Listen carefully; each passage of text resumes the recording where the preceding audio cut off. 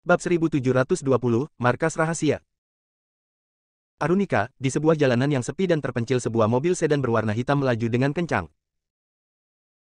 Orang yang duduk di dalam mobil itu adalah Kaminaki Kazuo dan dua orang dari tim diplomatik lainnya.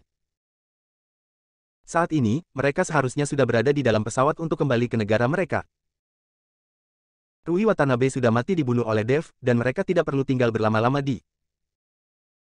Hanya saja setelah membeli tiket pesawat, mereka melarikan diri secara diam-diam dan tidak kembali ke negara asal mereka. Tuan Kaminaki, kemana kita akan pergi? Salah seorang anggota diplomatik bertanya. Menyetir saja, tidak perlu banyak tanya. Kaminaki Kazuo berkata dengan acuh tak acuh sambil memejamkan sepasang matanya.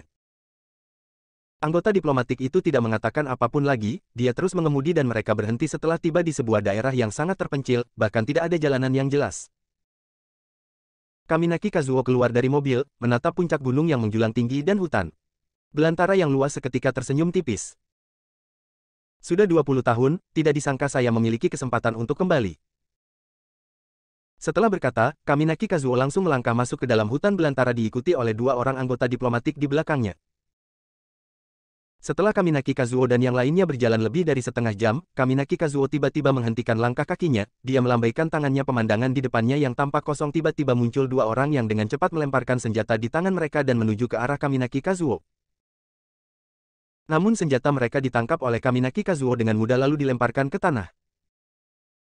Dua sosok itu tampak tercengang saat melihat hal ini, mereka saling berpandangan lalu sosok mereka tiba-tiba menghilang. Namun saat Kaminaki Kazuo melambaikan tangannya sekali lagi, dua sosok itu kembali muncul.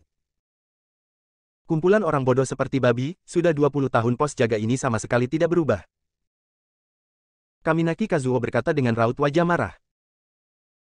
Setelah dua orang itu mendengarnya, sosok mereka menjadi semakin jelas dan terlihat dua orang pendekar samurai yang mengenakan seragam samurai berwarna hitam, memegang pedang katana dan menatap Kaminaki Kazuo serta yang lainnya dengan kebingungan. Dua anggota diplomatik di belakang Kaminaki Kazuo seketika membelalak, mereka tidak menyangka di wilayah Arunika akan ada pendekar samurai negara Partan. Siapa kalian? Salah seorang pendekar itu bertanya. Suruh Onokoji keluar untuk menemuiku, dasar bodoh. Kaminaki Kazuo berkata dengan ekspresi dingin. Dua orang yang mendengarnya seketika terkejut, salah satu dari mereka segera berbalik dan berlari dengan cepat. Tidak lama kemudian, pendekar samurai itu bergegas kembali bersama dengan seorang pria parubaya. Saat pria parubaya itu melihat Kaminaki Kazuo, dia seketika terkejut dan melangkah maju, hormat kepada Tuan Kaminaki, entah apa yang membuat Tuan Kaminaki tiba-tiba datang kemari. Apakah ada instruksi baru dari kantor pusat? Kaminaki Kazuo menatap Onokoji di hadapannya dan melangkah maju lalu melayangkan dua tamparan padanya. Onokoji tidak berani mengatakan apapun, dia hanya bisa terus mengiyakan.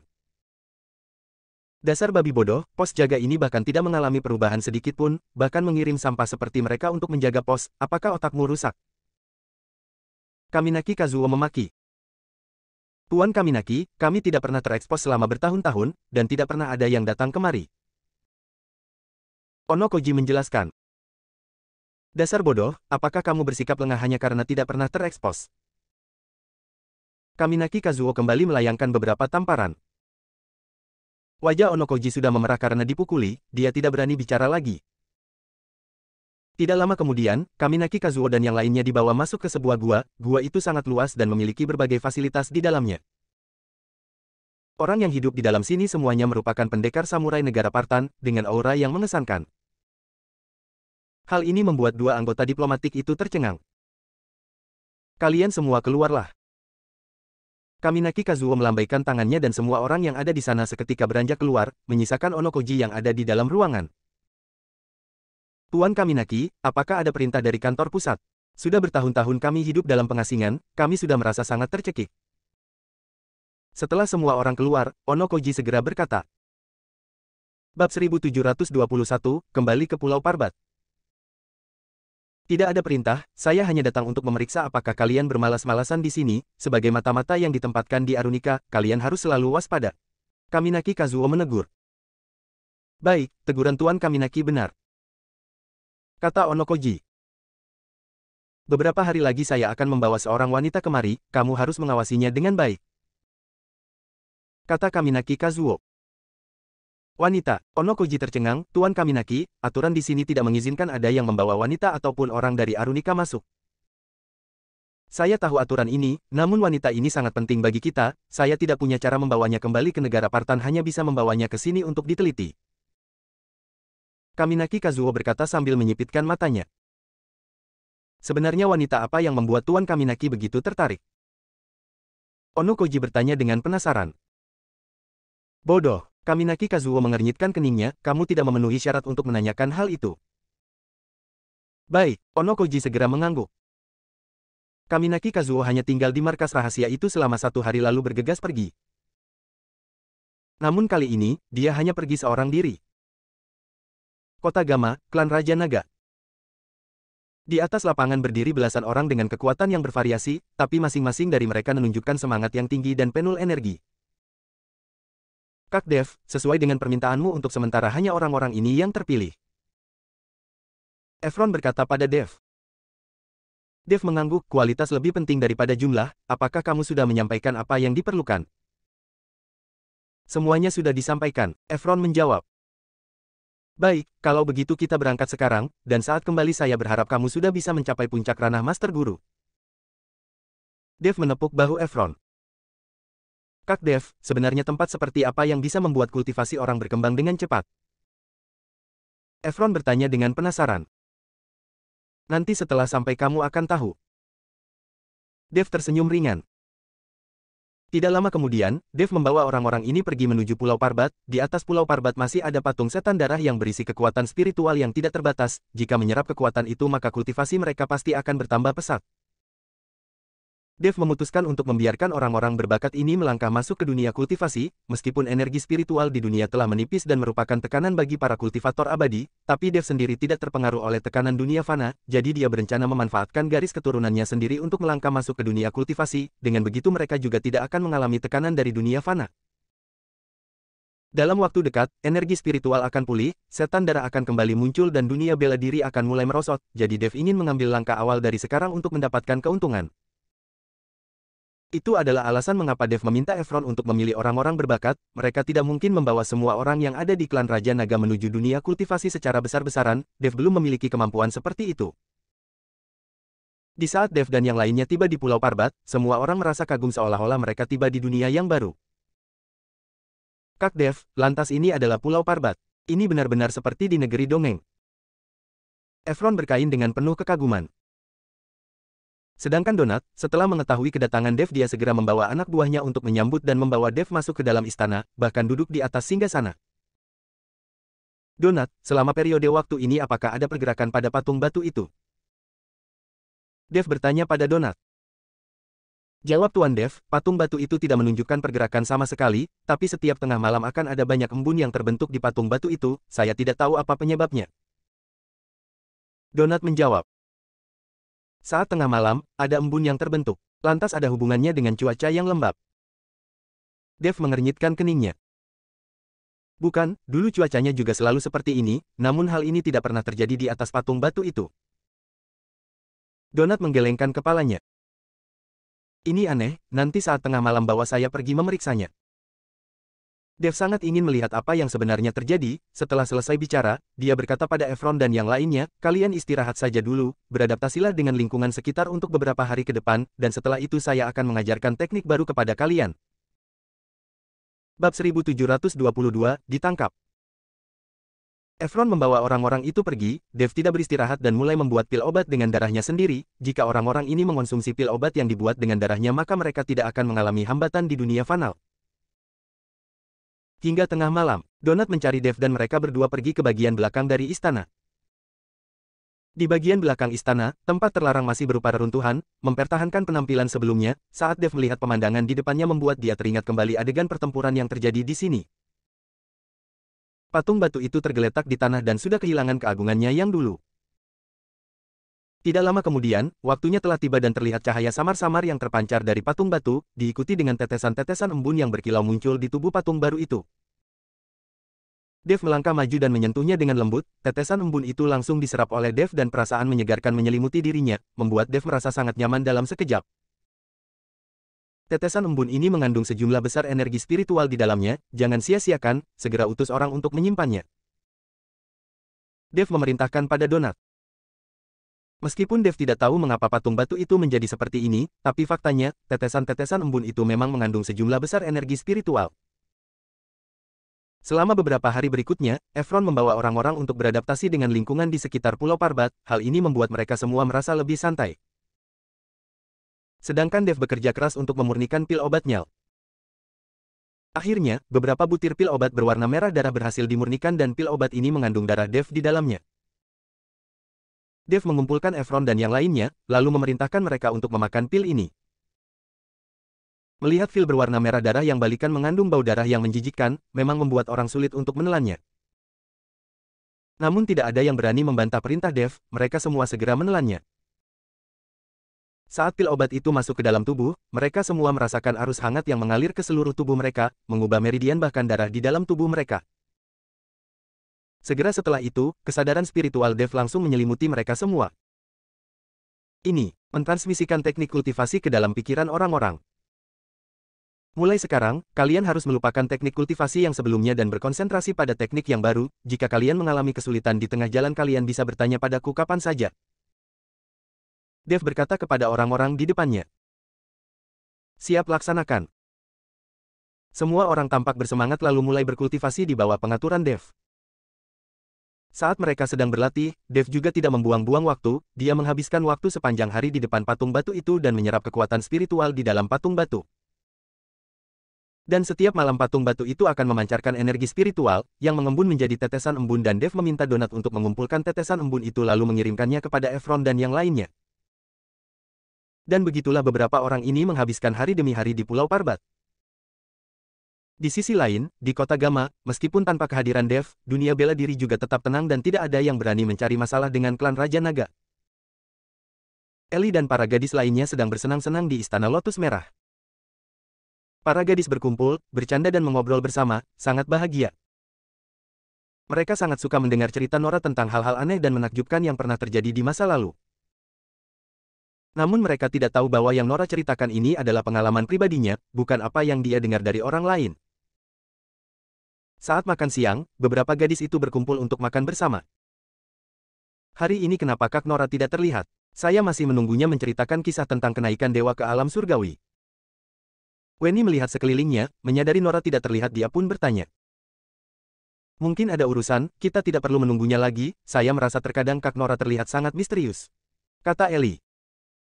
Tidak ada yang memedulikannya dan mulai makani. Namun tanpa sepengetahuan mereka, saat ini Nora sedang berada di dalam sebuah mobil yang melaju kencang meninggalkan kota Gamal. Mata Nora terpejam dan raut wajahnya terlihat sangat jelek. Orang yang mengendarai mobil itu adalah Kaminaki Kazuo. Saat tengah malam tiba, Kaminaki Kazuo baru menghentikan mobilnya dan membawa Nora masuk ke dalam hutan belantara. Saat ini Nora sudah bangun dan tidak panik saat melihat Kaminaki Kazuo yang ada di hadapannya. Kaminaki Kazuo baru merasa lega setelah membawa Nora masuk ke dalam markas rahasia. Bab 1723, Retakan. Saat melihat Kaminaki Kazuo kembali, Ono Koji segera bertanya, Tuan Kaminaki, di mana wanita ini harus dikurung? Sialan, kekuatan wanita ini sangat besar, kurung dia di penjara tingkat A. Kata Kaminaki Kazuo. Ono Koji mengangguk dan menyuruh anak buahnya untuk membawa Nora pergi. Sedangkan Kaminaki Kazuo melepaskan pakaiannya, sebuah luka yang mengejutkan terlihat di pundaknya. Saat melihat luka di tubuhnya tatapan mata Kaminaki Kazuo tampak sangat ganas. Setelah mengobati lukanya Kaminaki Kazuo berjalan menuju sel dan melambaikan tangannya ke arah Ono Koji sambil berkata, kalian semua keluar, ada yang ingin saya bicarakan dengan gadis ini. Kaminaki Kazuo berjalan ke depan sel dan sel itu dikelilingi oleh formasi sihir yang dapat menekan kekuatan orang yang ada di dalamnya. Namun menghadapi Kaminaki Kazuo di hadapannya, Nora sama sekali tidak terlihat panik. Siapa kamu? Kenapa kamu bisa mengetahui ilmu sihir rahasia dari ribuan tahun lalu? Apakah kamu lahir kembali dengan meminjam tubuh, atau dirasuki oleh roh spiritual? Kaminaki Kazuo bertanya pada Nora. Nora menunjukkan ekspresi menghina, saya tidak akan memberitahumu identitasku yang sebenarnya, kalau punya kemampuan kamu bisa menyelidikinya sendiri. Kaminaki Kazuo menyipitkan matanya lalu sebuah kesadaran spiritual seketika menyelimuti tubuh Nora. Namun di saat kesadaran spiritual itu memasuki tubuh Nora, sebuah kekuatan dari dalam tubuh Nora langsung memotongnya. Kaminaki Kazuo tercengang dan segera mundur, kekuatanmu tidak ditekan. Nora menyeringai, hanya keterampilan kecil kalian yang seperti ini, tidak ada mataku. Roh spiritual yang ada di dalam tubuh Nora adalah wanita suci dari Istana Rembulan yang sudah hidup sejak ribuan tahun lalu. Kaminaki Kazuo masih ingin memasukkan kesadaran spiritualnya ke dalam tubuh Nora, benar-benar lucu. Jika bukan karena kekuatan langit dan bumi yang menekannya hingga dia hanya bisa mengerahkan setengah dari kekuatan wanita sucinya, maka dia tidak mungkin ditangkap oleh Kaminaki Kazuo. Namun Nora tidak takut, walau Kaminaki Kazuo menangkapnya, dia juga tidak bisa membunuhnya dengan mudah. Kaminaki Kazuo menatap erat pada Nora dan akhirnya berbalik pergi dengan pasrah. Awasi dia, jangan sampai dia kabur, selain itu tidak ada yang boleh menyentuhnya kalau tidak kalian akan menanggung akibatnya. Kaminaki Kazuo berpesan kepada Ono Koji. Dia berencana untuk kembali dan mengundang ahli pemburu jiwa datang. Kontak barusan membuat Kaminaki Kazuo tahu kalau di dalam tubuh Nora pasti ada roh spiritual yang sangat kuat. Dan roh spiritual itu mungkin sudah hidup selama ribuan tahun. Roh spiritual yang kuat seperti itu tidak bisa dia tangani, jadi dia hanya bisa kembali untuk mencari bantuan. Tidak lama kemudian, Kaminaki Kazuo membawa anak buahnya pergi meninggalkan Arunika dan kembali ke negara Partan. Hilangnya Nora membuat Ellie, Bella dan yang lainnya merasa cemas. Sudah beberapa hari berlalu tapi Nora masih tidak dapat ditemukan. Setelah mengetahui tentang kabar hilangnya Nora, seluruh klan Raja Naga mulai mencari Nora termasuk keluarga Zefri yang melakukan berbagai cara. Hanya saja tidak ada orang yang benar-benar mengetahui identitas Nora, sehingga sulit untuk mendapatkan petunjuk. Waskita tahu, tapi dia tidak boleh mengatakannya apalagi melaporkannya kepada para tetua. Hal seperti ini hanya bisa ditangani oleh Dev. Dan pada saat ini Dev sedang menyerap kekuatan spiritual dari dalam patung batu itu dengan cepat. Dev tidak tahu mengapa, kekuatan perlawanan yang sebelumnya ada di dalam patung itu sudah menghilang sepenuhnya, sekarang patung batu itu telah menjadi sumber daya bagi Dev dan murid-murid klan Raja Naga. Dalam waktu belasan hari, kekuatan Dev langsung meningkat ke tingkat 3 ranah Grandmaster Guru, namun setelah itu tidak peduli seberapa lama Dev berkultivasi, dia tidak merasakan peningkatan apapun pada kekuatannya. Sepertinya kekuatan spiritual yang ada di dalam patung batu sudah tidak cukup untuk mendukung kultivasi. Dev perlahan-lahan membuka matanya. Saat dia melihat patung batu yang ada di depan matanya, dia sedikit tercengang. Patung batu itu dipenuhi dengan retakan seolah akan runtuh kapan saja. Bab 1724 pergi ke alam rahasia.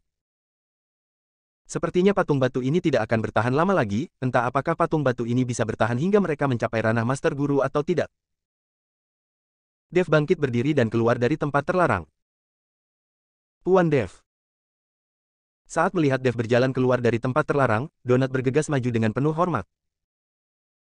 Bagaimana kultivasi yang lainnya? Apakah patung batu itu masih menghasilkan tetesan embun setiap malam?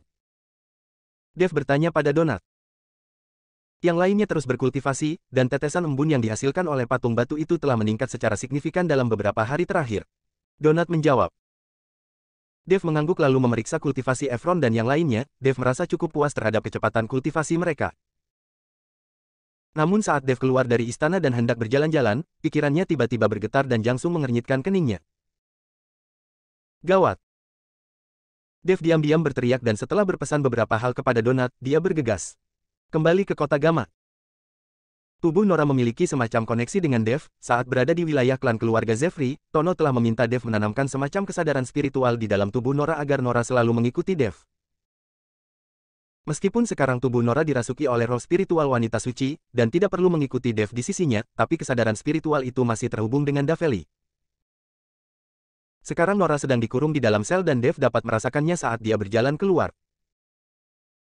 Setelah kembali ke kota Chama, Ellie dan para gadis lainnya langsung mengerumuni Dev. Sekelompok gadis itu berbicara pada Dev secara berbondong-bondong.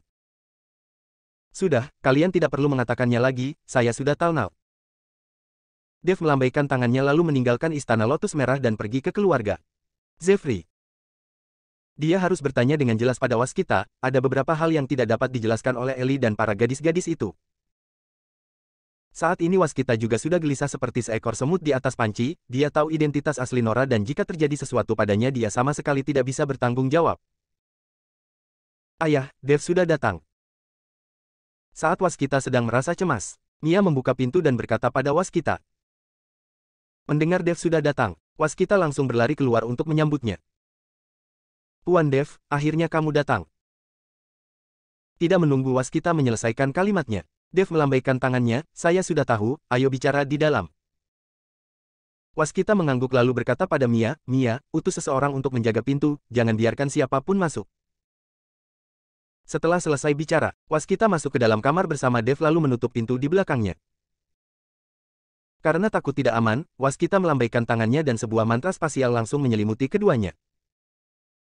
Kepala keluarga Zefri, apa yang sebenarnya terjadi pada Nora? Mengapa dia tiba-tiba menghilang begitu saja? Lalu kekuatannya juga tidak lemah, secara logika tidak ada orang yang bisa menyentuhnya, namun saya selalu merasa bahwa dia sedang dalam bahaya. Dev bertanya pada waskita. Tuan Dev, saya juga tidak tahu, saya juga baru mengetahui kabar tentang hilangnya Nona Nora dari Nona Eli, saya tidak tahu bagaimana cara menjelaskannya kepada tetua. Waskita berkata dengan penuh duka.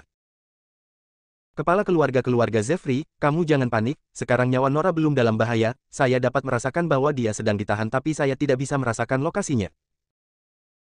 Apakah keluarga Zefri memiliki cara untuk mengetahui lokasi di mana Nora berada, dengan begitu kita bisa menyelamatkannya? Dev mencari waskita karena dia ingin mengetahui lokasi keberadaan Nora. Meskipun Dev meninggalkan kesadaran spiritual di dalam tubuh Nora tapi dia tidak bisa merasakan keberadaan Nora. Ini, saya juga tidak tahu, walau ada cara, itu juga hanya tetua klan yang tahu. Kata waskita. Kalau begitu, segera antar saya pergi ke alam rahasia, untuk menemui dan menanyakan hal ini pada tetua klan Tono, tidak boleh menunda-nunda lagi. Dev takut jika semakin lama dia menunda maka nyawa Nora akan terancam. Perlu diketahui, jika Nora sampai berada dalam bahaya bukan hanya nyawa Nora yang akan hilang tapi roh spiritual wanita suci yang ada di dalamnya juga akan binasa. Bab 1725, Jimat Pelacak. Awalnya, roh spiritual wanita suci itu sudah sangat lemah, jika tanpa perlindungan tubuh fisiknya maka pasti tidak akan bisa bertahan hidup di bawah tekanan kekuatan langit dan bumi. Baik. Waskita langsung mengaktifkan mantra spasial dan menghilang seketika bersama dengan Dev. Saat kedua orang itu tiba di wilayah iklan keluarga Zefri, mereka menemukan Tono sedang berbicara dengan seorang pria tua. Tono yang mengetahui kedatangan Dev segera bangkit berdiri dan keluar untuk menyambutnya, hal ini membuat pria tua itu terkejut. Seorang tetua klan keluarga Zefri yang terhormat keluar untuk menyambut tamu, bahkan saat dirinya datang pun tidak pernah diperlakukan seperti ini sebelumnya. Dengan perasaan yang bingung, pria tua itu juga ikut keluar. Tuan Dev. Tono bergegas maju dan berteriak memanggil Dev dengan pemilih hormat. Tetua klan Tono, saya datang tanpa izin karena ada sesuatu yang ingin saya bicarakan padamu. Kata Dev. Tuan Dev, ada masalah apa, kita bisa bicara di dalam. Tono bergegas mengundang Dev masuk ke dalam rumah. Saat pria tua itu melihat Tono ternyata keluar untuk menyambut seorang pemuda, dia merasa sangat kaget. Tono, siapa orang ini? Mengapa kamu bahkan bersikap begitu penuh hormat padanya? Pria tua itu bertanya pada Tono. Beliau adalah Dev, Tuan Dev. Tono berkata lalu menoleh ke arah Dev, Tuan Dev, ini adalah Tuan dari Menara Surgawi, Tanri Martin. Halo, Tuan Tanri.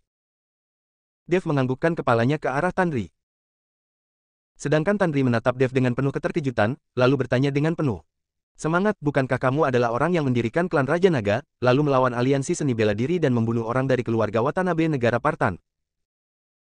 Dev terlihat terkejut dan tidak tahu bagaimana Tanri yang berada di alam rahasia dapat mengetahui segala sesuatu tentang dirinya.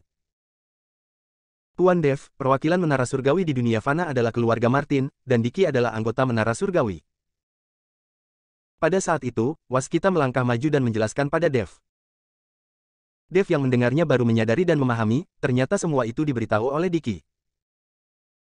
Dan sepertinya keluarga Zefri memiliki hubungan yang baik dengan Menara Surgawi, pantas saja saat Diki pertama kali bertemu dengannya dia tidak menunjukkan permusuhan seperti orang lainnya. Semua yang dikatakan oleh Tuan Tanri tidak cukup untuk disebut-sebut. Dev berkata sambil tersenyum. Benar-benar masih muda dan menjanjikan, muda dan menjanjikan. Tatapan mata Tanri tampak dipenuhi dengan rasa cemburu.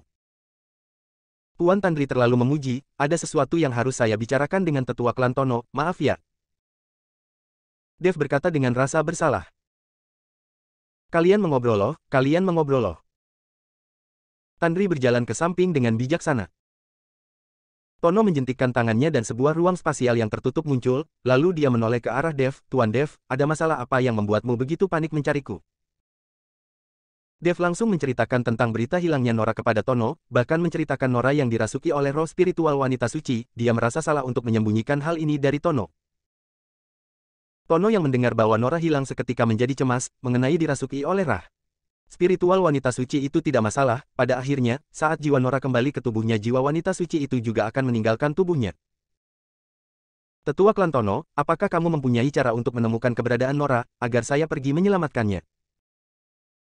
Dev datang mencari Tono hanya untuk mengetahui keberadaan Nora. Tono mengernyitkan keningnya, jika ingin mengetahui keberadaan pasti Nora itu terlalu sulit. Bagi kita, namun jika ada ahli kertas jimat maka itu bukan hal yang sulit, mereka hanya perlu menggambar jimat pelacak dan merasakan aura orang lain untuk menemukannya. Hanya saja sekarang teknik kertas jimat sudah mengalami kemunduran dan semakin sedikit orang yang mempelajarinya, tidak tahu di mana kita bisa menemukan ahli kertas jimat. Dev mendengar perkataan Tono dan seketika matanya bersinar, benar juga, saya tahu siapa yang bisa menggambar jimat pelacak. Dev seketika teringat pada Kenari, saat Arthur memburu Dev, dia meminta Kenari menggambar jimat pelacak dan membuat Dev tidak dapat melarikan diri dari Arthur tidak peduli sekuat apa dia melarikan diri dari kejaran Arthur. Bersambung.